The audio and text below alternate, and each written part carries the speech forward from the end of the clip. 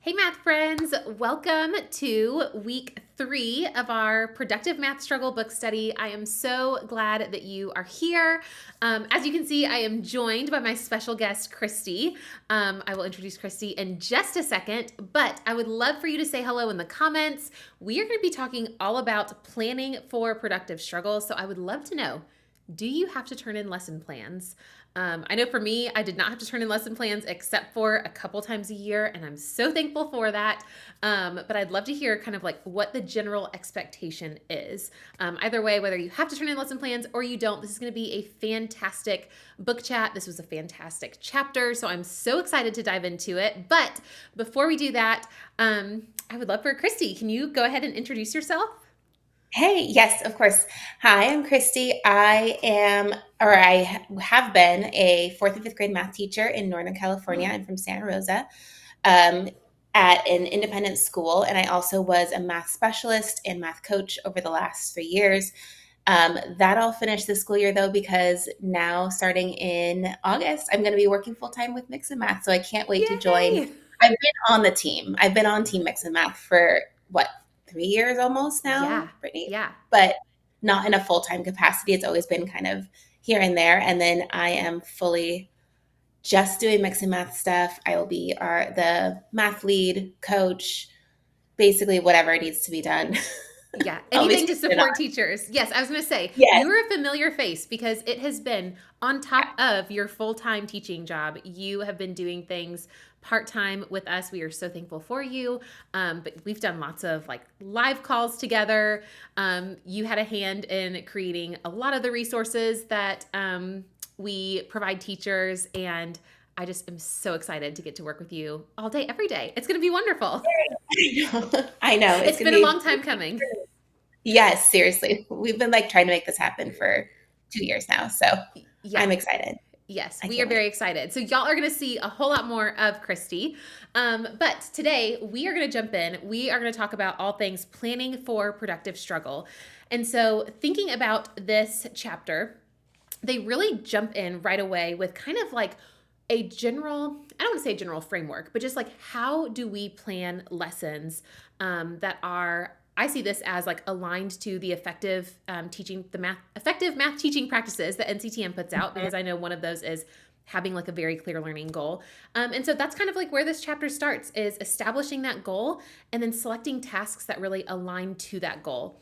And so it's funny because I am actually, I guess it would have been what, last week, or the last 2 weeks have been in Indiana doing some free conferences for Indiana math teachers and, well, Indiana teachers in general, but most of them in the room taught math. And we talked a lot about this, about the fact that the standard is not the same as the learning goal. Like there are often several learning goals that fall within that standard. And so I love that this chapter just like jumps in, calls that right out. And I think it said, what did it say right here at the beginning? It says, the goal is derived from the standards and instructional expectations of an identified curriculum. Mathematics goals make use of progressions within and across concepts, enabling students to make connections. And that's something that I feel like, Christy, we have talked a ton about just like the progression, how students learn, and the fact that it's not like an all at once they understand something or they don't. They go through this learning progression or learning trajectory, or as we call them, the learning roadmap.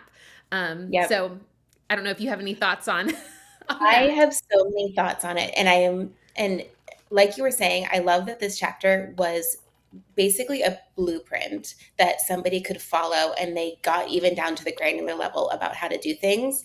And that this is something that I've noticed for myself when I was first teaching, and even in the teachers that I've coached, is that establishing the learning goal and having the learning goal clear in your own mind is probably the most important part of planning your lesson. Mm-hmm. It, Yeah. not probably, it is. It is number one, the most important part of planning your lesson. And the number one mistake that I see that I did for many years and that I saw a lot of my teachers making is having that learning goal be too general or Mm-hmm.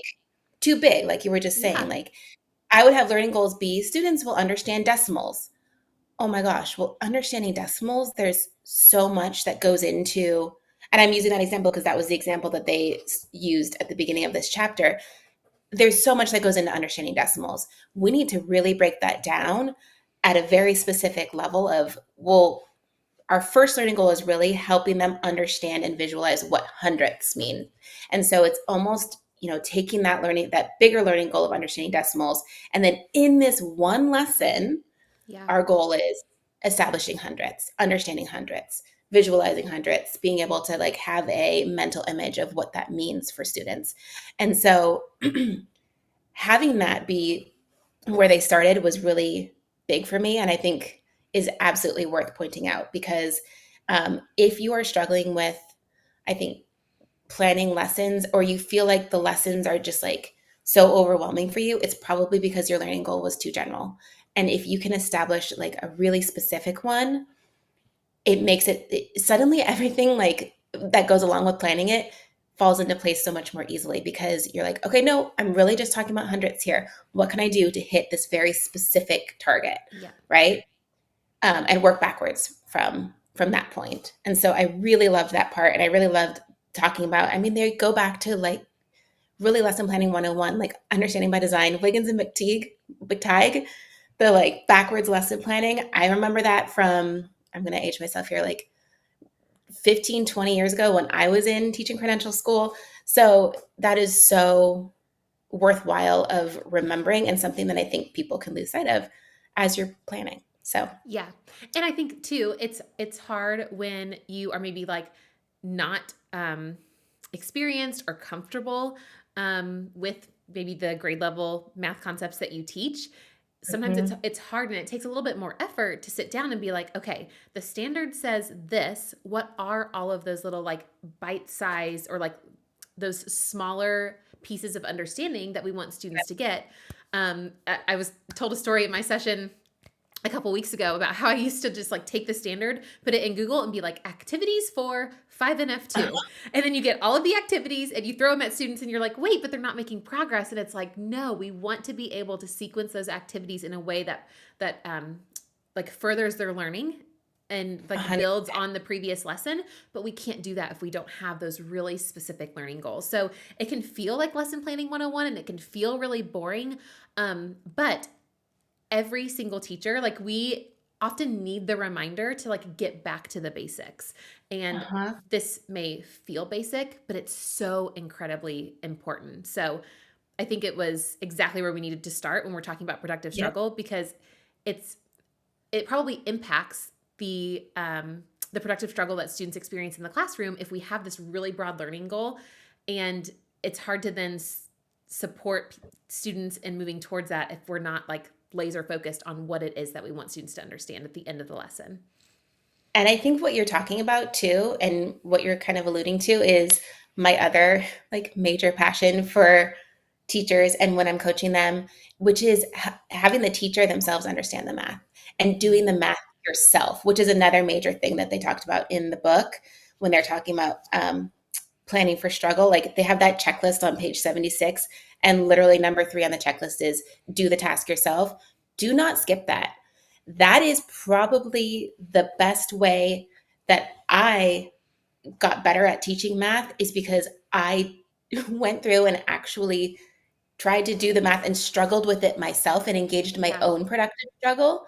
And that helped me really understand the math so much better so that I could understand where the students are going to be when they're doing their productive struggle and how I can, either break down the task in a more incremental way. Maybe my learning target was too big. I need to take a step back and actually do this other piece first and work incrementally.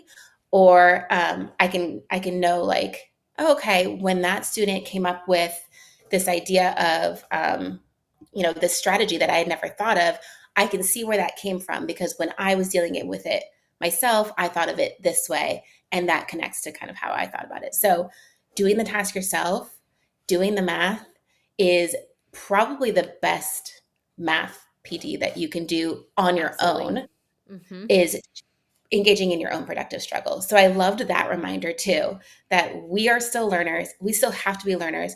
I am still, after 16 years of teaching fourth and fifth grade math, understanding the math concepts in like different ways, or I never thought of it that way, or oh my gosh, that's such a good analogy for this concept. It's really, really powerful. So Yep. I love that Yeah. reminder. Yep, that's such a good reminder. And I think too, when we are doing these tasks, a lot of times we can do them, but can we do them in a variety of ways?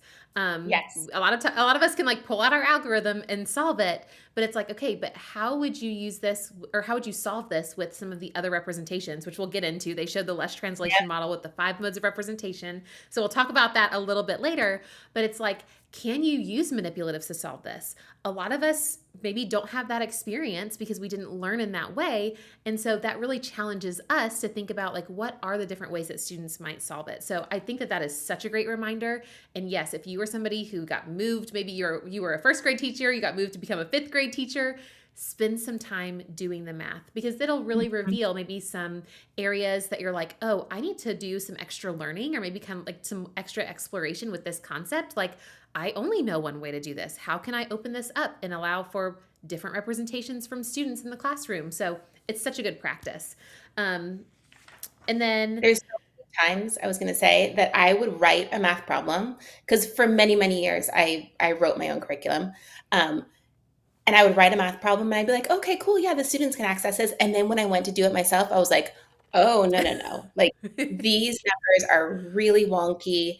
Like if I can do it using the algorithm, but if I was actually asking kids to model this using manipulatives, it'd be really difficult for them to model using manipulatives, or like the denominators that I'm using for these fractions can't even be modeled with the manipulatives that we have. So like it helps you catch those things too. Like yeah, it helps you really see like, is this math problem even really, are the numbers in this math problem, or is the way that this math problem is presented even really getting at the goal that you wanted it to get towards? hmm, Because if it can only be done, or if it only makes sense to be done in one way, or it can only, be represented in one way, it's probably not the best task to use. And so that was so eye-opening for me too, for so many years as I well, was and writing my own. I think too, a lot of times, I think they may have mentioned this somewhere in the book. I can't remember if it was this chapter or not, but talking about the difference between having like a few really rich problems versus like 20 Yep. problems. So that is even more reason to go the Yep. route of a few really rich problems versus a ton of problems because it's less math that you need to go through and check and modify and all of that. Um, Yeah. so just a thought there. But we talked about the goal and just how important that is. And then, of course, we want to choose tasks that are very much aligned to that goal. Um, Exactly. and so I love that they jumped in. They talked about like what does a good task look like. There's a chart on, let's see, I think it's page 79. Um, Hmm. and I'm not going to read through all of these, but just a few things that they talked about. Obviously, that it's aligned to the learning goal, aligned to the standard. It encourages multiple representations, um, provides an opportunity for communication, multiple entry points, um, is problem based, authentic, interesting. So that's a really good chart. And I think that this is really helpful too. So if you are somebody who either has a curriculum or doesn't have a curriculum and you are kind of going back to, okay, let me create my own learning goals and let me choose tasks whether it's from your curriculum or not. I would use this kind of as like a reference or like a checklist of, okay, does it align to these things? And eventually you kind of internalize these and it's easier to identify, like, is this a quality task or not? But if you're not quite sure, this is a really great tool to have. So I would definitely like highlight, star this, or even, I don't know if they have like a printable version of it. Maybe they do. But to have Well, like keep this in your desk. I wish this was all on one page so that I could like, I know. I wish that it's like split over 79 and 80. I Maybe we know. could talk to the authors and get like a Yes. printable of it. That Who's would the be, publisher? Corwin. We'll be like, yeah, can you please take 79 and 80 and just give us it in one page, please? I'm sure there's a way. Somebody could Yes. figure it out. Yeah. Um, as I was thinking about while you were talking about the chart on page 79 and 80, is I'm thinking about a lot of the teachers who, I'm sure there are many of you listening right now who are thinking to yourselves, well, I'm given this program, I'm given this curriculum, and I have to follow it.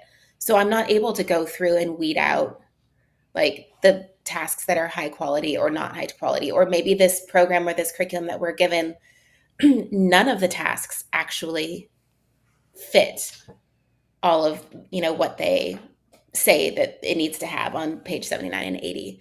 And so I feel like it would be worthwhile to talk about, like, what can you do then? And I think that's kind of the point of the rest of this chapter, is how we can modify those tasks. Yeah. But what would you say to them? So that's actually really interesting. We had this conversation in the sessions that I was doing last week about the fact that a lot of states now are creating their own standards, not Common Core. And I know that a lot of states went through this and they created their own standards, but we were all like, oh, these are basically Common Core standards with the state's name. Well, now states are coming out with like new versions of standards. Like I know Indiana just has new math standards. I think Georgia just came out with some maybe last year or 2 years ago. Um, and then I think maybe Virginia. But anyways, Yes. some of these new Mhm. math standards that are coming out, they are not Common Core. Like there is a lot of movement as far as like where standards were placed and what grade level. I know Indiana actually cut 25% of their standards for each grade level, um, Interesting. which was awesome. But with that, that means that the curriculum, if you are just teaching the curriculum and going page by page by page, there are a lot of things in there that you don't need to teach because it's not aligned to your standards. And so and there is no curriculum, like there is no curriculum company out there, as far as I'm aware. Please correct me if I'm wrong. But as far as I'm aware, uh, that has a curriculum that is aligned specifically to that state standards, which means because when they create curriculum, they're wanting it to appeal to, Uh-huh. people in all 50 states. And so with that, there has to be that conversation around looking at the chat or the units critically and saying like, does this even align to our state standards? And I Yeah. actually think if you can do that and you can bring it to your administrator and say, hey, I know you want us to teach with fidelity. I don't know if you were aware, but this unit actually is addressing a standard that's not even in our grade level. Like students are not going to be tested on it. They are actually going to be um, addressing it next year, or maybe they already addressed it in a previous year. And having that information and bringing that to your administrator, the administrator Yeah. can't really argue with that. Like maybe there are administrators out there who will, but I think if you present it in a way that's very like, I'm wanting to be very standards aligned and this doesn't align. And I think when we do that, it kind of relieves a little bit of pressure. It's like, oh, this is an entire unit that I can cut because it doesn't align. So I fully get like one, I think that's a reason to look at your curriculum critically and look at your standards, like have both of them pulled out and figure out like what does and doesn't align. Um, and I think having that conversation when an administrator sees that and is aware of it might loosen the reins just a little bit and be like, oh, like maybe there does need to be some modification here. Um, but from there, I mean, we'll talk about it a little bit later. I think if we can't necessarily like pick and choose, we can always provide like supplemental tools to the Yeah. curriculum. And Yep. that when we get into talking about like manipulatives and different visual representations, like how we can kind of add those in to pair alongside the curriculum. And then I think all of the strategies that we're going to talk about, like the modifications, Yeah. you're still using the curriculum, you're teaching it with fidelity, with integrity is I would say what I prefer. But you're Mhm. making some modifications to meet your students' needs. So I don't Yeah. know. What are your thoughts on I all think that? No, I think that's so key. And I think that's such a common question that I know that we get asked at Mix and Math, is people saying, oh my gosh, I don't know if I could even use Mix and Math materials because we have to teach this program with fidelity, or my district doesn't allow us to deviate from whatever prescribed curriculum we're supposed to be teaching. And I think, it's worth that discussion of how to advocate for yourself with your administrator, or if you have a math coach or a curriculum and instruction um, director, or somebody either at the school level or the district level who can be an ally, or who can understand what you mean when you're talking about these sorts of things. I would bet very few administrators would argue against it, because let's face it, many of these administrators they're not math experts. They're not going to even really know. And I'm not telling you to do anything nefarious or anything, but like they're not going to know if you've modified this question so that it doesn't look like exactly what how the curriculum wrote it. And B, they're going to be relieved that you have done the heavy lifting for them so that they can understand better now the program that's being used at their school, because they're not a math expert, or maybe they even were a math expert, but you, I'm sure, know more about this curriculum than they do, because they do not have the capacity.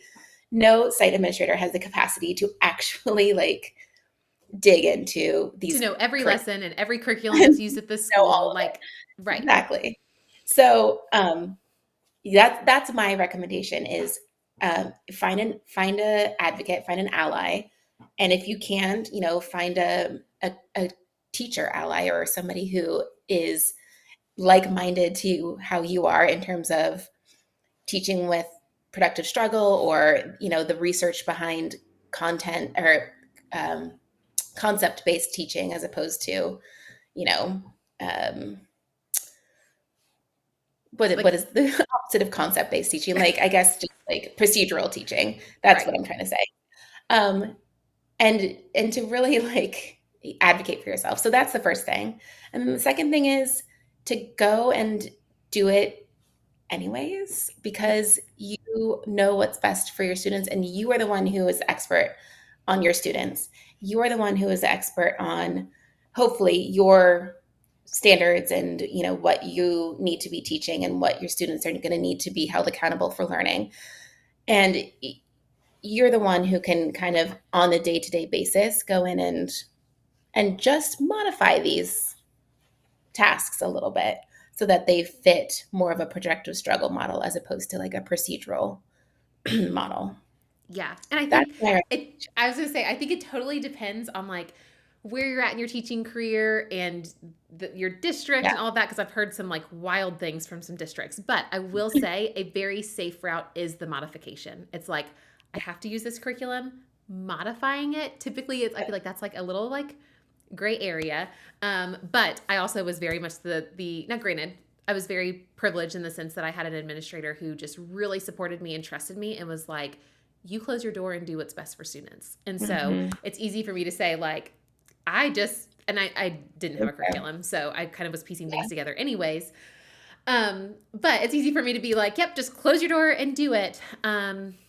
So I think that, and yes, if you can do that and you feel like gutsy enough to do that, I mean, we should. There's actually a book that I read when I was in my master's program, and it was talking about like busting out of the cage and the red tape and all of that, and just leading and doing what's best for students.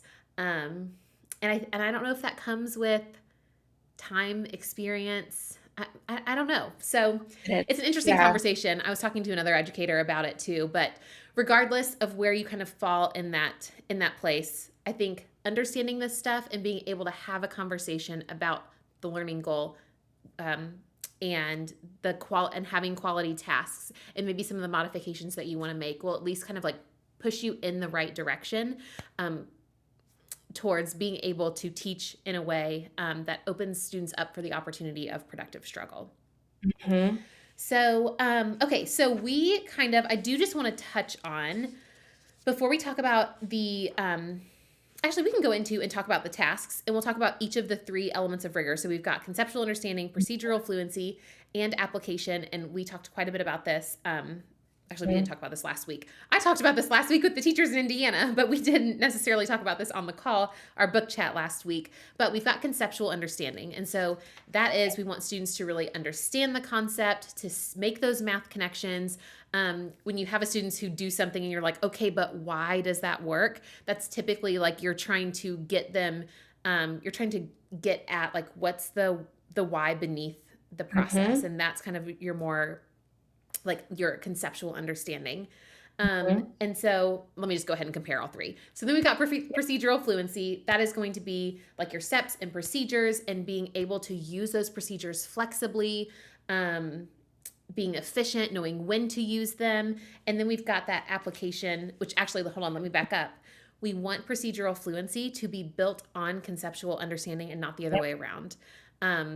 I think that there was an article that NCTM put out that talked about the fact that when students know the procedures first, their motivation for understanding the why is like dramatically decreased. And so we want procedural fluency to be built upon and from conceptual understanding. And then that last thing is just like the application, being able to apply what they understand, apply the procedures or strategies or anything like that in different situations. And that can be a word problem. It's not always a word problem. It could be applying it in life. It can be when you bring one of the examples I gave is we did, I had students actually make their own Play-Doh. They were in a Play-Doh factory. They made their own Play-Doh and they had a recipe, but then they had different tools than what the recipe called for, like different size measuring cups. And they Mhm. had to actually apply and figure out like what to do in that situation. So that is an example of application there where they had to convert measurements. They had to figure out equivalent fractions there, just in a very different type of setting than what they had experienced it before. Mhm. So those are kind of like the three elements. And then they give us some ideas for examples for what do tasks look like under each of those three elements of rigor. And I think this was before we got into actually modifying tasks to kind of Right. like address those. So under conceptual understanding, I just talked through all of that. Do you want to share your thoughts on conceptual understanding, maybe the tasks that they provided, or anything like that? I think I just want to underline the point that you made, which is, and I would think that this is kind of the author's whole point in this book is that we want to reach procedural fluency through conceptual understanding. That conceptual Mm-hmm. understanding comes first, and that's what productive struggle provides is this Yes. opportunity to for students to create their own understanding and develop their own understanding of a concept before they're taught the procedure. Yeah. And and so really I just wanted to underline that point that you made because I think um, that was really astute.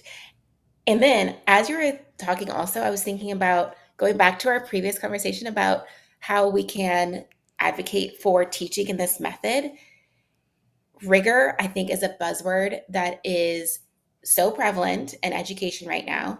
And I think if you walked up to your administrator and said to them, look, studies have shown that teaching this way actually like is actually teaching with more rigor, they'd be Mm-hmm. like, oh my gosh, cool, sign us up. Like, yeah, go for it. Bringing in some of these also the whys behind it, right?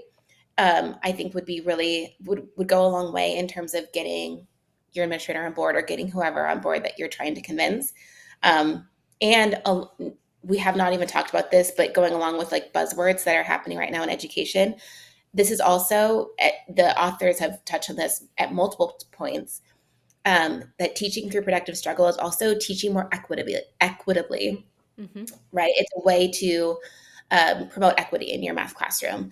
And so that is another goal that I think many schools, classes, classrooms, teachers are thinking about and trying to strive towards right now is equity in education and to be able to advocate for why this is actually a more equitable model of Yeah. teaching would also go a long way. So that took us off the that took us off No, of but the this is a whole great point.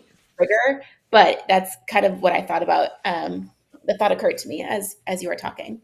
Mm-hmm. Um, and I think the conceptual understanding, I mean, looking at those tasks that they gave for the examples there, like this is our bread and butter at Mix and Math, right? Like our whole philosophy is teach math through conceptual understanding. And so for me, I'm just sitting here, I'm like, yes, I feel so validated right now that, these well-respected authors, one of them being the president of NCTM, is advocating for a belief that I've held for so long and that we are really advocating for. So that made me feel really, really Yeah. good too as I was reading these pages.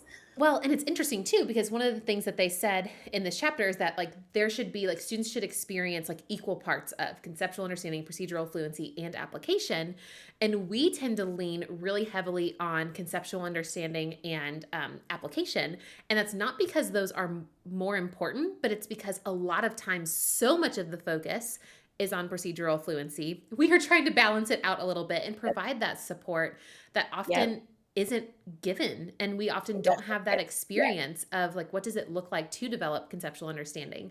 So but I did want to just like point that out as well, that it should be that students are exposed to this in equal parts. And I think there's like, these two sides of the argument of like, oh, is it conceptual understanding, or oh, is it procedural fluency? And it's like, it's both and application. But I think having these like understanding these ideas as well allows us to look at our curriculum critically and say, okay, are we seeing equal parts of Yeah.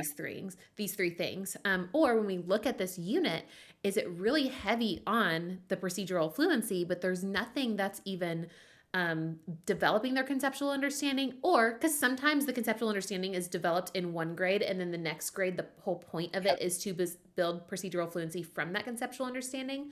But there has to be a connection there. So looking Yeah. at your curriculum and saying like, okay, maybe this is a standard that is the goal is to build procedural fluency from the work that they did last year, but are we connecting to that? Do you, at the beginning of the unit, are you addressing and building on and bringing out that conceptual understanding so that you can make that connection? So I think it's just really good, and it's empowering to have these terms, these ideas, and it allows us to go into the curriculum and look at it more critically.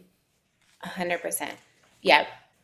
And Um, oh, go ahead. I was going to say, just going back to what you were saying about always making sure to start from conceptual understanding, right? Even if the point is to develop procedural fluency, starting with that conceptual understanding, and not just calling it a review, right? Because you are reviewing. Actually, it was hopefully things that they understood from the previous grade, but just starting there as like, this is the basis for what we're about to do. And trust me, like every time I do something, even if I've done it previously, I get something new out of it.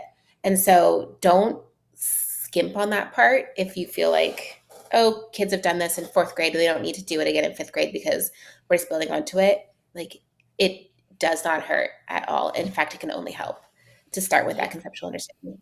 Yeah. And even if every student 100% got it in fourth grade, and then they come to fifth grade and the goal is to build on that, well, in order to build on it, we have to like bring that understanding to the forefront Right. so that we can build on it and connect. So, um, Reestablish that foundation mhm, for sure. absolutely. Okay, so let's dive into some of the modification strategies, because I Yep. think that these are fantastic either for the teacher who doesn't have a curriculum and is like searching for things on Google and is like, okay, I like this, but I'm not sure it's really high quality, or the teacher who is like, you are teaching the curriculum with fidelity. Um, you know, we can get away with some modifications. And so looking at these strategies, we can just go ahead. I'm just going to kind of like, we can go back and forth on ones that stood out to us. I'll start with the very first one. And actually, I think Yep. it's like number one and number two. Is Yep. all about representations. So Yep. using multiple representations and then connecting those representations. So if you look on page 88, there is, it's called the Lesh translation model. It is the 5 modes of representations. We do not experience math outside of these 5 things. And any way that you would experience math, it falls into one of these 5 categories. I've seen this expanded to like one of the things is like tables and charts, but I was like, that's a visual model. So That's really, I visual. Yeah. truly believe, as somebody did add technology, but when you think about how technology is used, like, I think that anything you would see, like, as far as technology, it's either showing you something that's visual or it's showing you Yeah. something that's symbolic. So, anyways, for the most part, I've seen anything that NCTM puts out, they've stuck with the Lesh translation model, but Yep. some people are trying to get creative. So we've got the physical, which is our manipulatives. We've got visual, which is like our pictures, our drawings, our charts, our area model, number lines. We've got symbolic, which are equations and written methods, algorithms. We've got contextual. Contextual, yes, is word problems, but it doesn't have to be word problems. It's just providing meaning behind the numbers.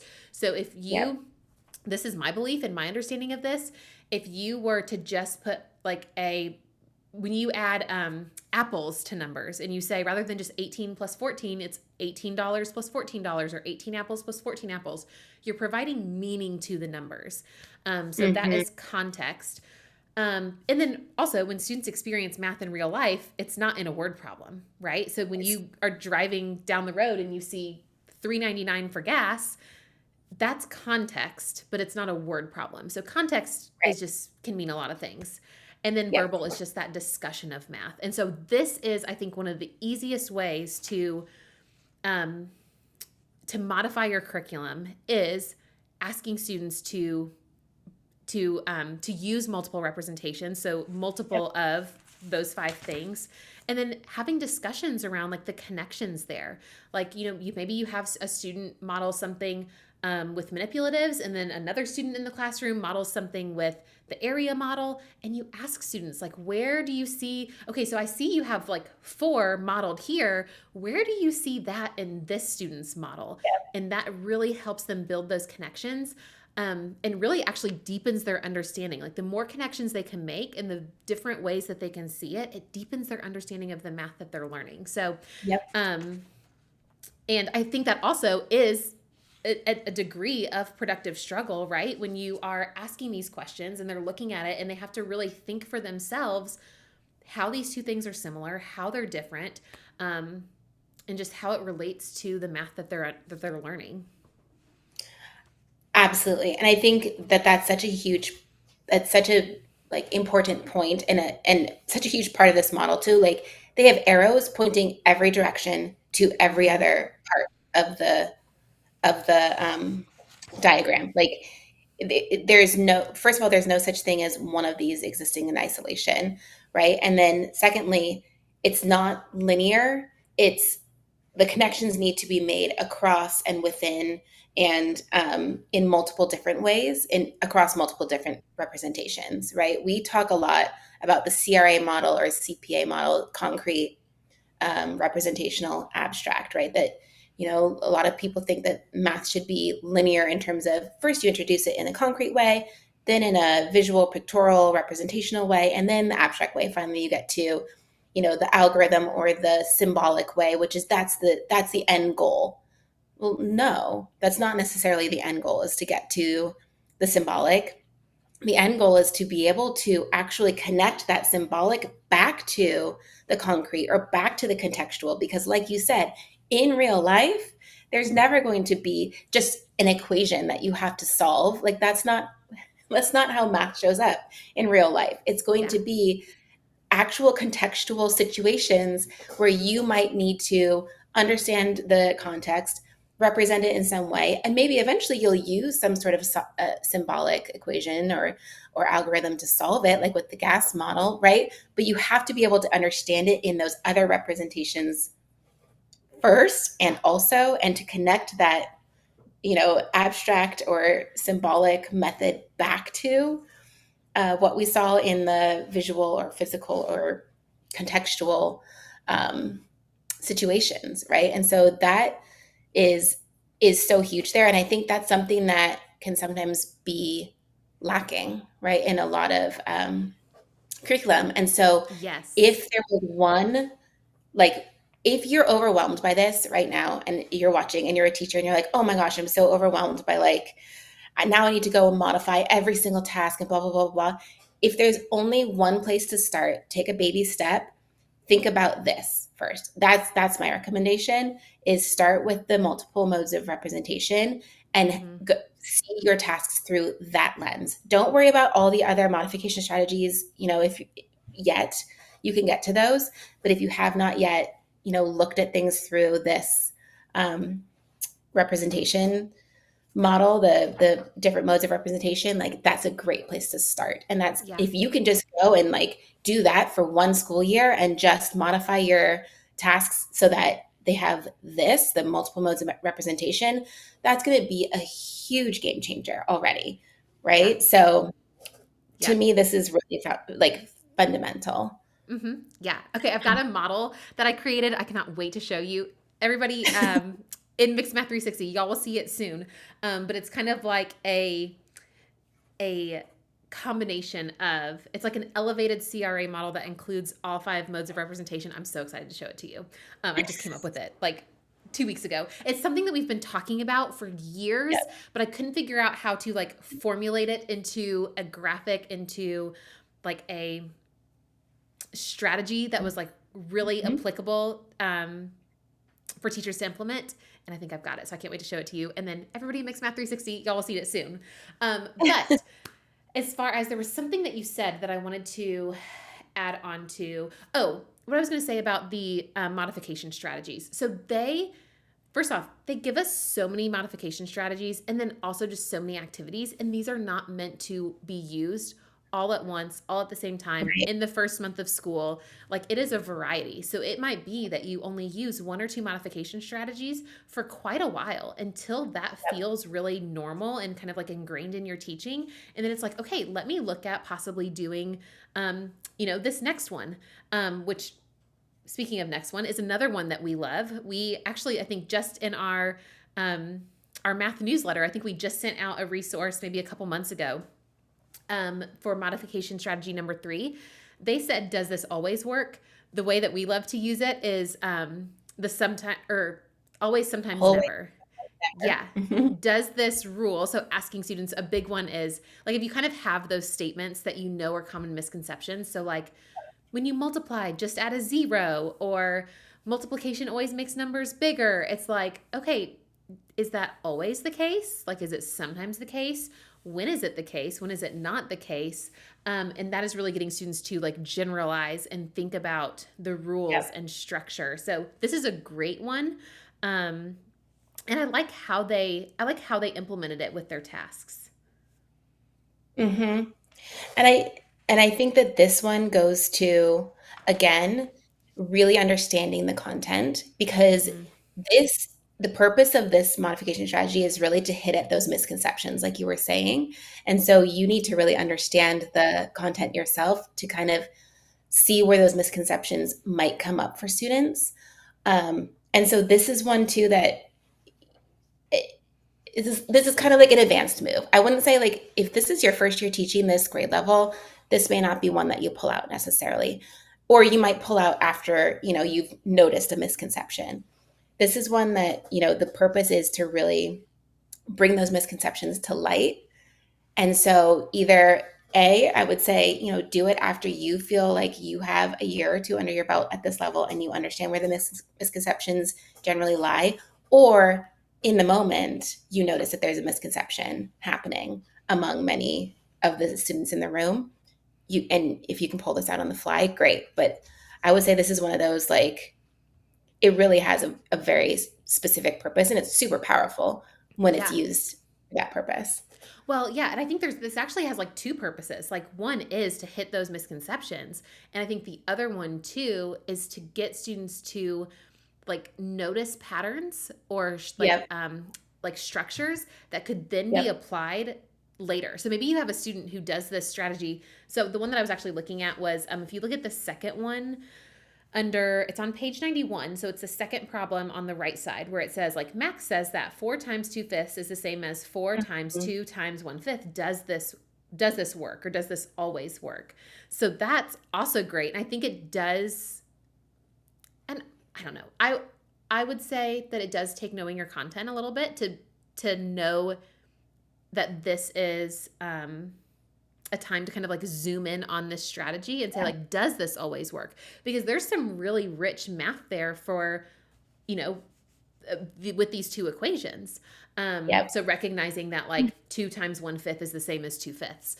So I think it's also to create those rules, or see those patterns, like put a spotlight on those Yep. patterns so that students can be like, oh, and it deepens their understanding and they can then apply that later on. So I think that's why the strategy is so powerful, because it does hit at those two things. It's like it hits at the generalizing, but I think it also hits at, and I guess addressing those misconceptions is kind of hitting at, it still goes back to generalizing, but it's like students have Yeah. generalized something that is incorrect. Um, Right. and so, yeah, I think this is such it's a power move, a power Yeah. modification strategy. You're right. Yep. 100%. Um, all right, is there one that really stood out to you that you really enjoyed? I mean, 1 and 2 were my favorite because of the different modes of representation. And then I there were none of these that I was like, that's not really for me, or no, I don't really see like that applying. Every single one of them, I was like, oh yeah, I absolutely see where this could be super powerful. Mm-hmm. With strategy 6, I tended to use a lot of open middle problems in my teaching for fourth and fifth graders. And then even I brought them in for my lower grades when I was math specialist for lower grades. And this modification really just reminded me of those types of open middle problems. A lot of the Mm-hmm. types of open middle problems that you'll find on that resource. And so, I mean, to me, that just reiterated why this was so powerful. But also, it made me think to myself, like, oh, why did I bring in open middle problems as like a supplement or as like a challenge when I really should have been doing it as kind of the main task? Like, Yeah. why didn't I ever use those sorts of tasks as the main thing, and not like, oh, okay, once we get through this thing, then you're going to try this open middle task. And so then there were some kids, A, who never did them because they were, catching up on the previous tasks. And B, I think it gave this wrong impression to kids that this is like an extra thing, or Mm-hmm. that this is like, you only get to do this challenge thing once you've gotten through this other math. Like Right. the real math, this thing that we had to do, that we had to slog through. And Yeah. then now this is like a fun challenge, or this is the like thing that only you get to do if you're special and you finished it. And so um I don't know, maybe really reflect on that and really think about Yeah. how you could use these sorts of tasks and how important it is. And just going back to that whole idea of equity, to have this be something that is for everyone, right? It's Yeah. not just a go work on this, open middle task as a challenge once you've finished these problems that, Yeah. was the real task today. So um, that was eye Uh, opening, made me a yeah. little bit like, oh, that was a bummer. Yeah.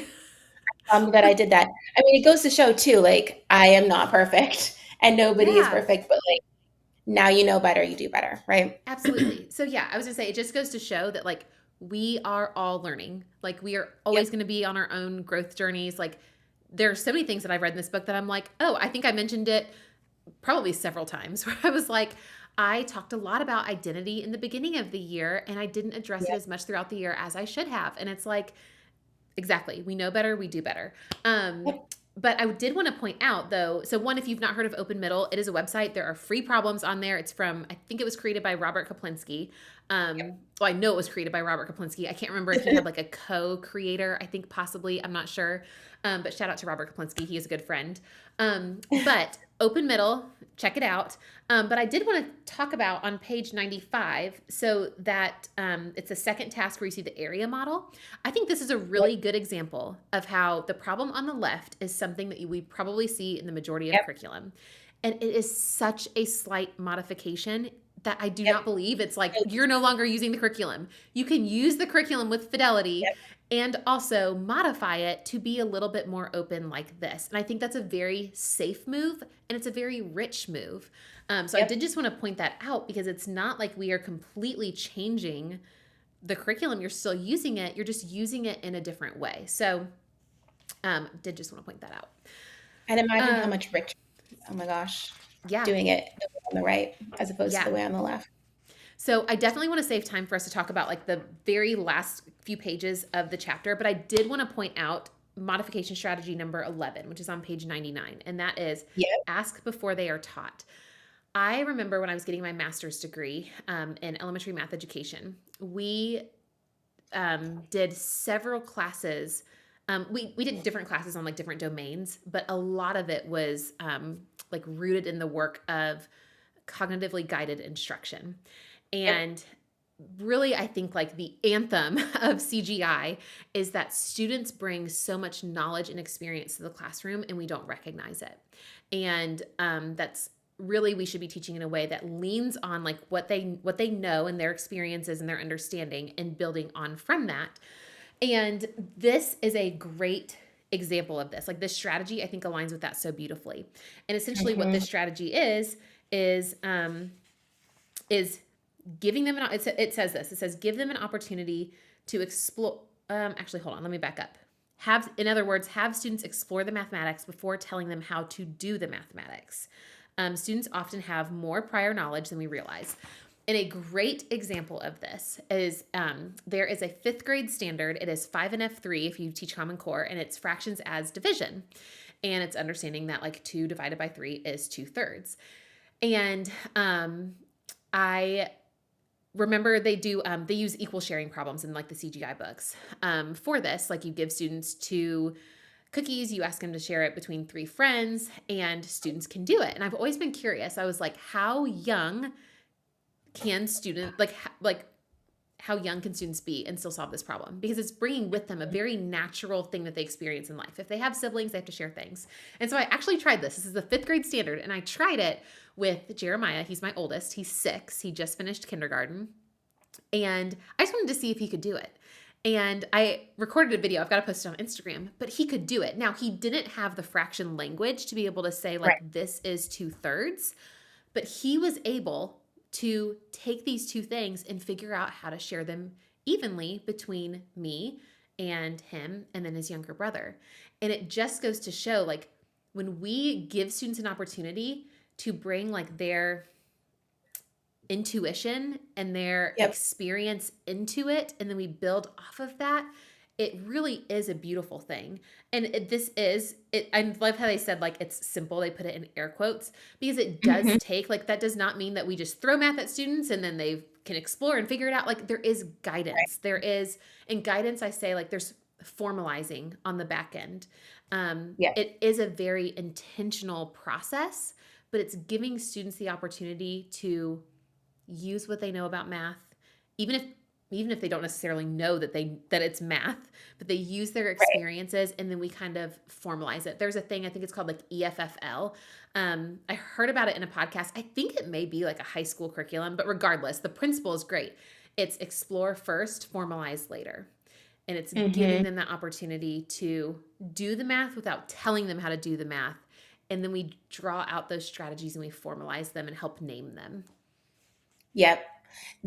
So I think first, this ties back to something that teachers can do if they are asked to teach a program with fidelity, right? Is maybe like switch up your method of teaching and not so much what you're teaching, right? There's another way that you can, you know, think about doing that. And then secondly, I think this goes really seamlessly into what we were talking about at the end. Well, we were talking before we started recording Mhm. about the end of the chapter where the or the authors, excuse me, really contrast the different instructional models and routines, like the I do, we do, you do, the explicit teaching, direct instruction, they call it, the gradual release of responsibility, like, and how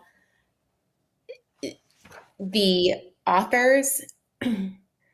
So I think what I was saying to you before we started recording was like, I was really kind of struck by how against direct instruction they are. Like, they come out pretty strongly against um, direct instruction and gradual release of responsibility, that I do, we do, you do.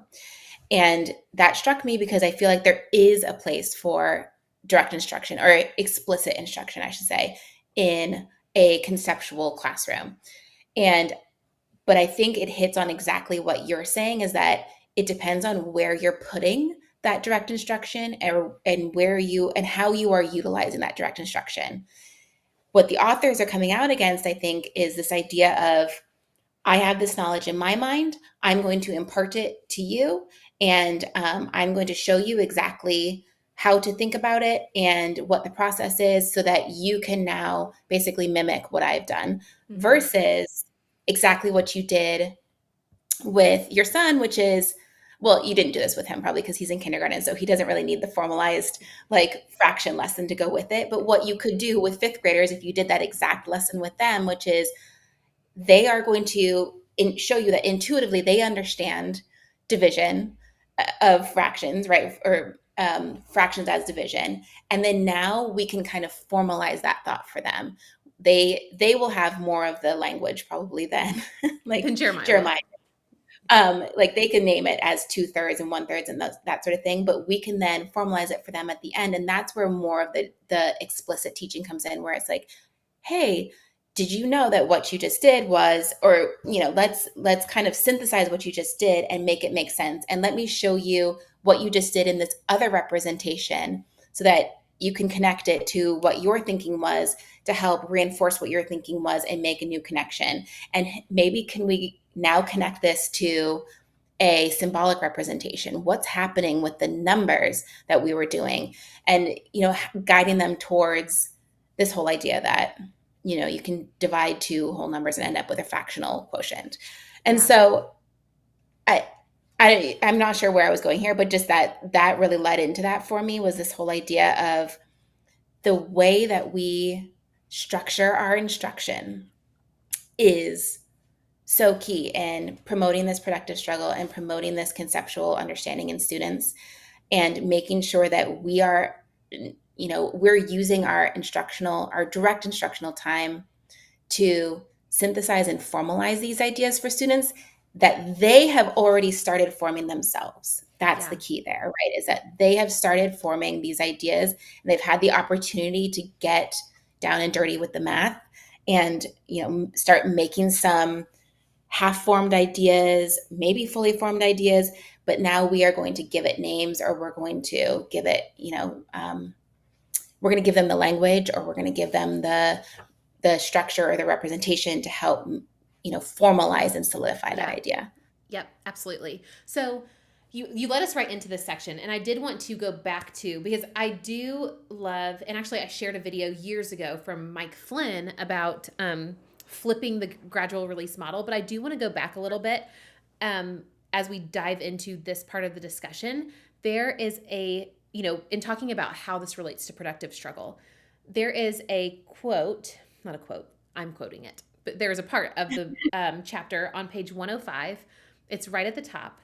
And it says, in fact, direct instruction could breed unproductive or destructive struggle when students attempt to replicate processes they have little or no understanding of. Over time, failures build up, contributing to negative dispositions and unproductive beliefs about math, yielding a society that accepts, if not embraces, that not all students can be good at math. Okay, so this is great, because this is where it really connects. I mean, it all connects to productive struggle, but I love how they just called out the fact that when we are using direct instruction in a way that it is very much imparting knowledge, it's like, this is how you do it, now copy it. This is how you do it, now copy it. The struggle then is around trying to memorize the steps, or trying to do it exactly like the teacher, or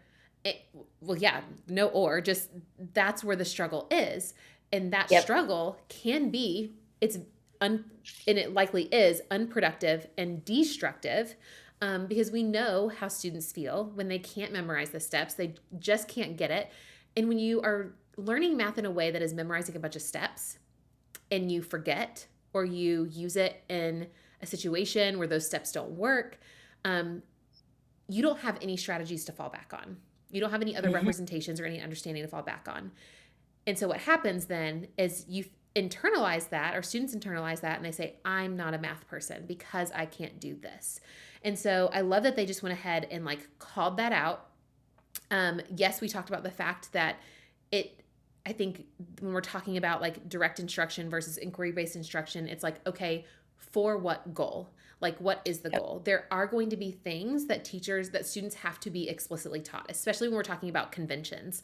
A student cannot explore and understand why 15 rounds to 20. Now they can figure out why 16 rounds to 20 because it's closer to 20, but 15, the fact that when it's a 5, that is just a convention. Somebody decided at some point that when it's right in the middle, it goes up.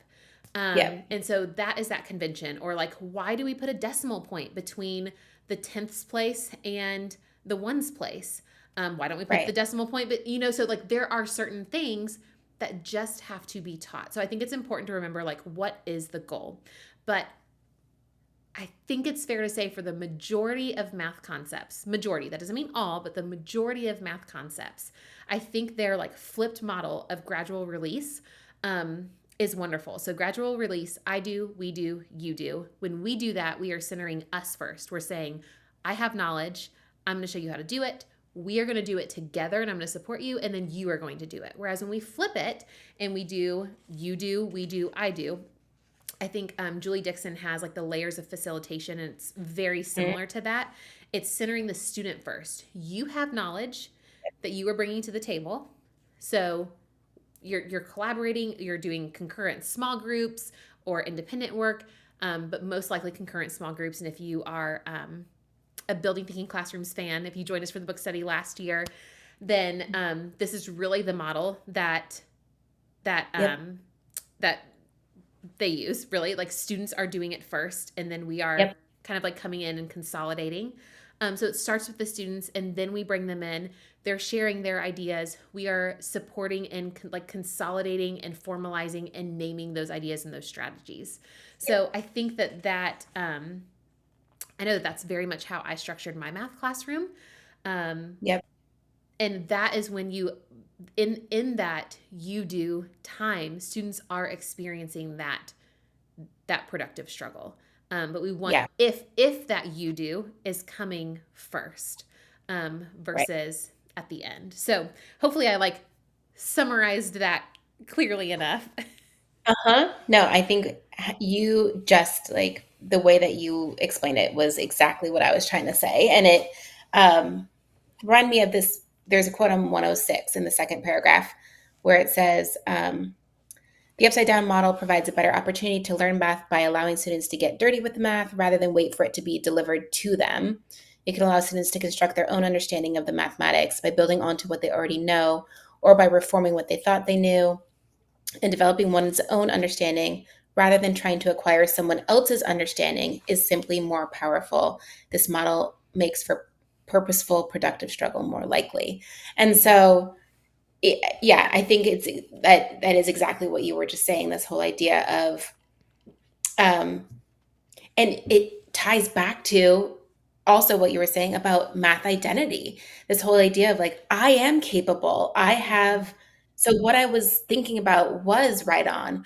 I actually have the ability to um, understand this. And oh, what I was doing actually is a math, an actual math term that the teacher just reinforces, like, oh, that's called what you just realized was the commutative property or whatever it is.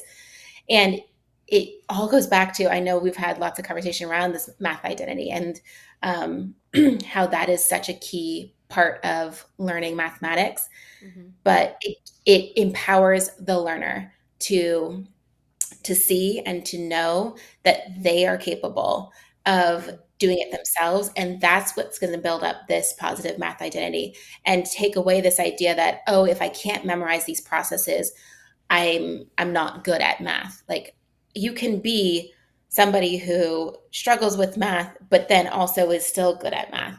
And so it is just really all, like, for me, that really tied it all back together about this whole Yeah. conversation around um, self-efficacy, self-confidence, this whole self-belief about mathematics and math identity for the students, and how this is like such a powerful way to promote that, right? Mhm. So much more than, oh, if you're not able to understand exactly what I'm trying to tell you right now in the way that I'm teaching it to you, then you're not good at math.